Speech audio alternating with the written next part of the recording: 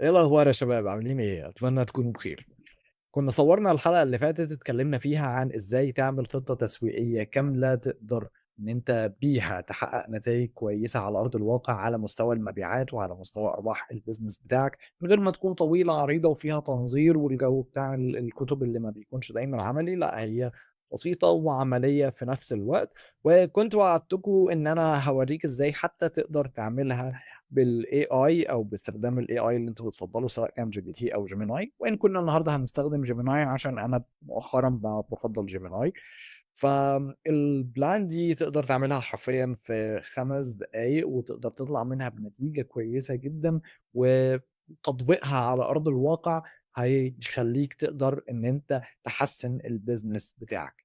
بس في البداية أحب أعرفكم بنفسي. أنا عمر العطار، ماركتنج استراتيجيست، وشغلتي هي ان انا بساعد اي بزنس او اي براند بيصرف اكتر من $2000 اعلانات في الشهر على ان هم يقدروا يسكيلوا اكتر ويحققوا نتائج افضل، ويضمنوا حتى ان العجله تفضل دايره بشكل كويس، ويقدروا يحققوا ارباح حقيقيه ونجاحات حقيقيه من خلال الديجيتال ماركتنج. وده لان انا بساعدهم ان هم يشتغلوا بدايه من ان احنا نأسس الفانل اللي العميل بتاعك بيمشي فيها لحد صناعة المحتوى ولحد إدارة الإعلانات.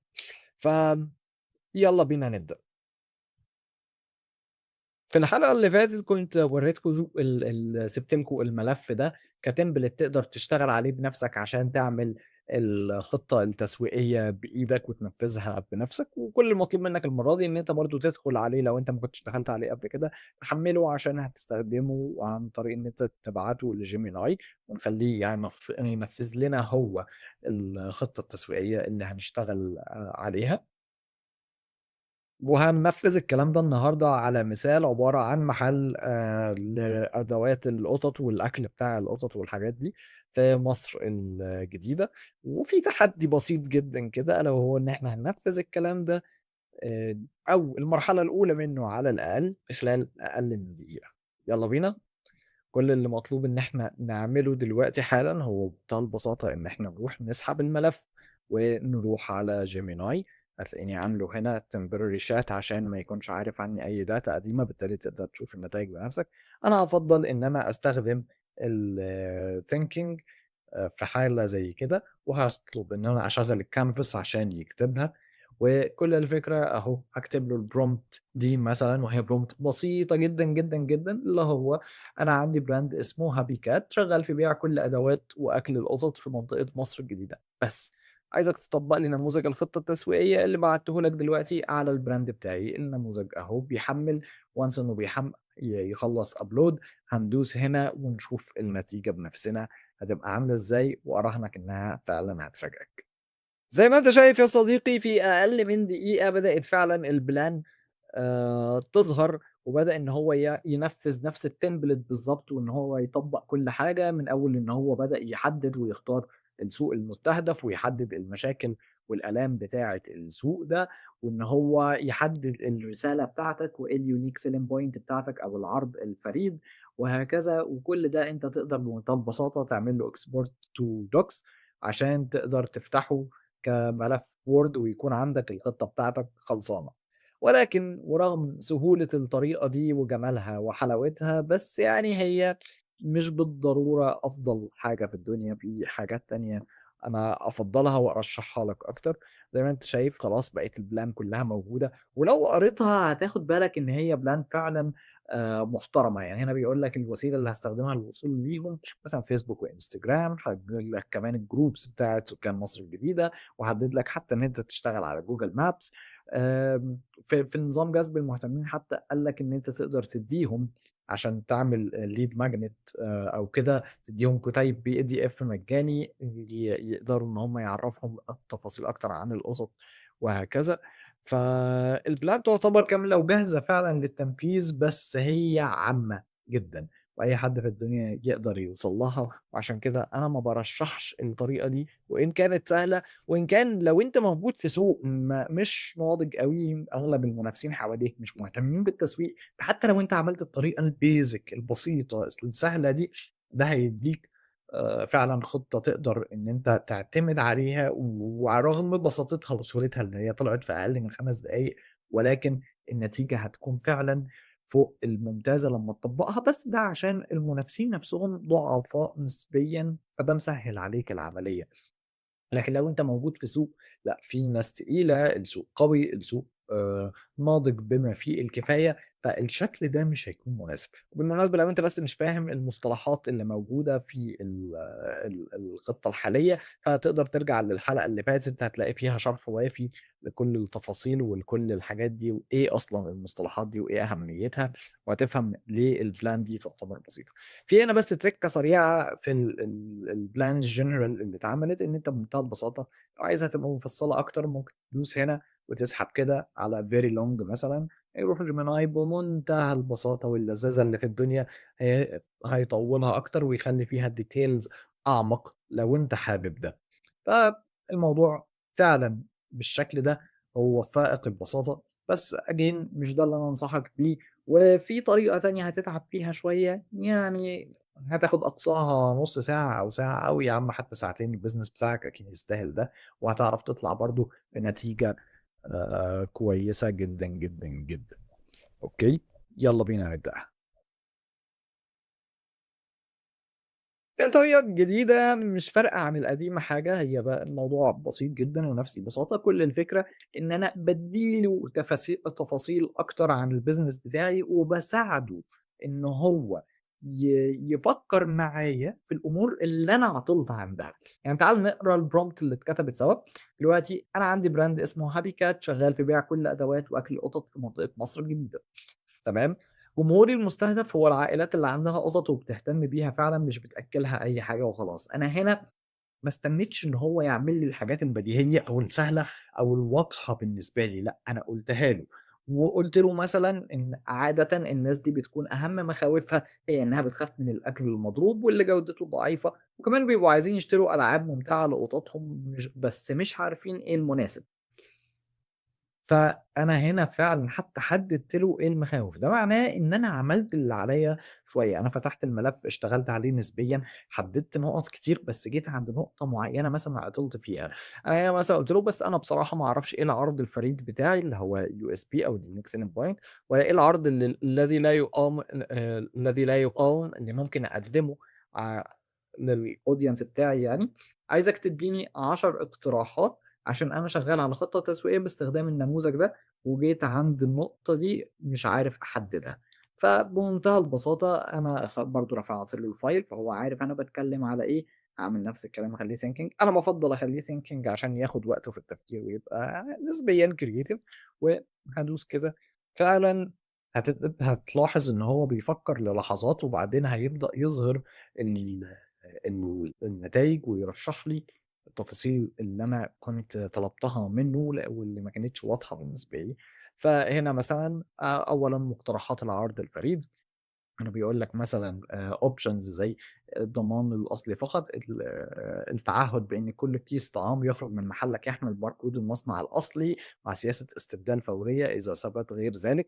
يعني أنت من الآخر بتقول للعميل إن أنا الوحيد اللي هاطلّع لك الباركود بتاع المنتج. طبعًا أنت هنا بقى بييجي دورك إن أنت تشوف الاقتراحات اللي طلّعها لك Gemini مناسبة للمجال بتاعك والّا لأ، لإن أوقات كتير هو بيكون مثلًا بيتكلم على حاجات ممكن تكون مناسبة مع سوق برّه أكتر زي أمريكا وأوروبا وكده، ولكن مش منطقية عندنا في مصر، وممكن يكون مش منطقية للbusiness بتاعك أنت تحديدًا لسببٍ ما. بالتالي دي ميزة استخدام الذكاء الاصطناعي إن هو بيفكّر معاك وبيدّيك أفكار كتير ومش هيعطل إنه يدّيك أفكار. فأنت كل دورك في الحالة دي إن أنت تبدأ تبُص على الأفكار اللي هو طلّعها، وبناءً عليه تختار منها المناسب ليك أو حتى تستلهم منها الفكرة المناسبة ليك. يعني أنت وأنت شغّال ممكن تلاقي إن ال5 أفكار أو ال10 أفكار اللي طلّعها لك ولا فكرة فيهم كويسة، ولكن ممكن فكرة منهم تلهمك الحل. بالتالي ده يساعدك فعلًا إن أنت تعمل الخطة التسويقية بتاعتك بشكل منظم وشكل كويس، لإن أنت ما اعتمدتش عليه بنسبة 100% إن هو يعملها لك، لأ، أنت شاركت في العملية وخلّيته بس يقترح لك ويساعدك ويفكّر معاك في النُقط اللي أنت عطلت عندها ووصلت عندها ما بقيتش عارف تعملها إزاي أو كده. هنا هو بيقول لك مثلًا من خبير سعادة القطط: "لا تبيع مجرد ألعاب، بل تقدم خدمة اختيار اللعبة حسب شخصية القطة، كانت هادية، نشيطة أو تحب الصيد." ده طبعًا للناس اللي بتفهم يعني أنا ما بافهمش في القطط أو في القصة دي، بس يعني دي أعتقد إنها حاجة ممكن تكون بشوية دردشة مع الowner يقدر إن هو يحددها، وممكن يكون الunique selling point بتاعه إن هو من الآخر إحنا المحل الوحيد اللي بيهتم بشخصية قطتك أصلًا، وبيرشح لك حاجة بناءً على إنها تناسبها. أوكي، وهكذا بقى برضه ممكن تيجي تبُص على العرض الذي لا يقاوم مثلًا، فتشوف إيه الاقتراحات اللي قالها لك وتاخد منها المناسب. عندك مثلًا باقة أول مرّة في بيتنا أهو خصم 25% على أول طلبية طعام، زائد لعبة مجانية مختارة خصيصًا لنوع قطتك عند التسجيل في قاعدة بياناتك. يعني ده offer مثلًا أنت ممكن تفكّر فيه، هل هيكون مناسب للعميل بتاعك والّا لأ؟ وهل مناسب ليك والّا لأ، والّا ضايق عليك مثلًا أنت كده الoffer ده كبير أوي مثلًا وهكذا. في حاجة تانية: اشتراك راحة البال الشهري، توصيل كمية طعام الشهرية لبيتك بموعد ثابت بخصم 10% مع هدية مفاجأة للقطة في كل مرة لضمان استمرارهم معاك. هو هنا هيبدأ يدّيك الأفكار، وأنت كل اللي عليك إن أنت فعلًا بس تختار منها وتتناقش معاها أكتر. ولو تاخد بالك أنا الprompt اللي كاتبها prompt بلدي أوي يعني. أولًا باكلمه بالعامية المصرية عادي، باطلب منه طلبي بمنتهى البساطة، بس بعد أمّا ادّيته شوية تفاصيل زيادة عن المَرّة اللي فاتت اللي كانت الprompt فيها مجرد سطرين مش أكتر. بالتالي طبيعي جدًا، جدًا، جدًا إن هو يدّيني خطة generic أو خطة عامة، ولكن كل ما أنت هتحكي له أكتر وتدّي له تفاصيل أكتر، حتى لو على شكل فضفضة chat، اعتبر نفْسك بتكتب لواحد صاحبك بتحكي عن الbrand بتاعك، أنت عملت إيه وبتقدّم إيه والعميل بتاعك شكله عامل إزاي. كل ما بتدّي له تفاصيل كل ما بتساعده. تعالَ حتى نعمل تجربة جديدة كمان.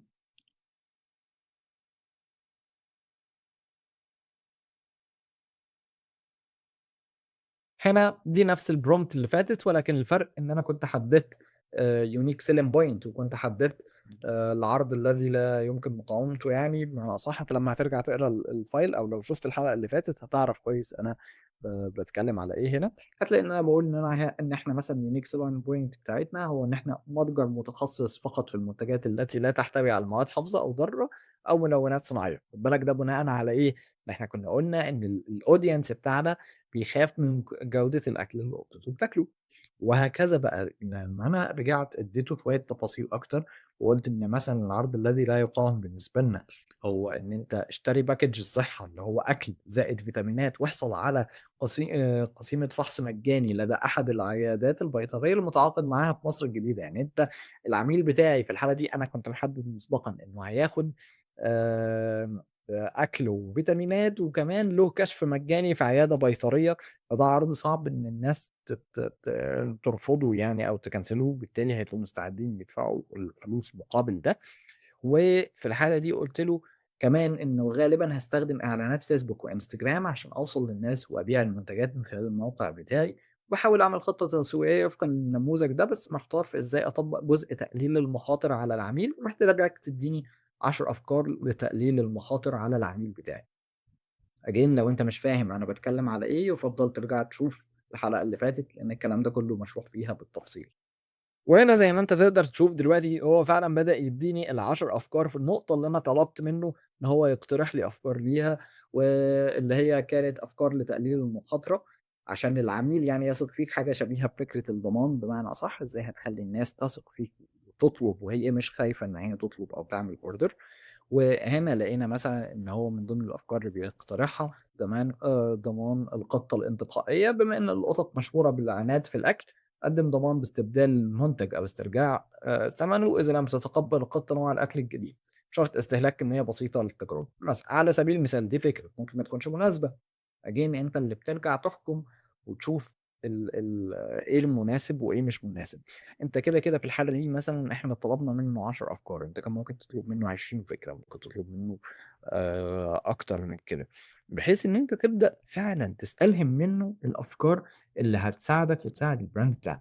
بالتالي اللي أنا بافضّله واللي أنا بانصحك بيه، إن أنت لمّا تيجي تعمل الخطة التسويقية بتاعتك، اعمل mix ما بين الاتنين. ممكن حتى إن أنت تحمّل الملف وتشتغل عليه كلّه وتخلّصه بنفسك الtemplate تخلّصه بنفسك، وبعد أمّا تخلّصه تبعته لGemini أو لGPT وتاخد رأيه فيه وتقول له مثلًا ادّيني رأيك وقُل لي هل أقدر أحسّن الخطة بتاعتي أكتر من كده والّا لأ، وإيه نقاط القوة والضعف اللي فيها مثلًا على سبيل المثال. الموضوع زي ما أنت شُفت هو في غاية البساطة وسهل بشكل مش ممكن، ولكن أنا يعني ما أفضّلش الاستسهال فيه، أفضّل فعلًا إن أنت تتعب بنَفْسك وتحدد التفاصيل كلّها وتطلب مساعدته لمّا تعطل في حاجة، ولو حتى ما عطلتش في حاجة بعد أمّا تخلّص الplan بتاعتك بإيدك وتكتبها كلّها بنَفْسك باستخدام الtemplate عادي، أنت مش هتتعب تعب اللي هو الجبار يعني، تقدر بناءً عليه تبعته بقى في الآخر للAI وتفكّر معاه كده اللي هو هل في نُقط تحسين نقدر نعملها، هل في فكرة ممكن ما تكونش مناسبة والّا لأ، وهكذا. وبس كده يا سيدي، ده كانت حلقة صغنطوطة قصيّرة على عكس الحلقة اللي فاتت تمامًا عشان تقدر تشوف إزاي تقدر تستخدم الذكاء الاصطناعي في إن أنت تحُط خطة تسويقية فعلًا التزامك بيها على أرض الواقع ممكن ينقل الbusiness بتاعك لحتّة بعيدة جدًا، جدًا، جدًا. بس كده يا صديقي، أتمنى إن أنا أراك على خير وبالنجاح دايمًا يا رب. يالّا، سلام.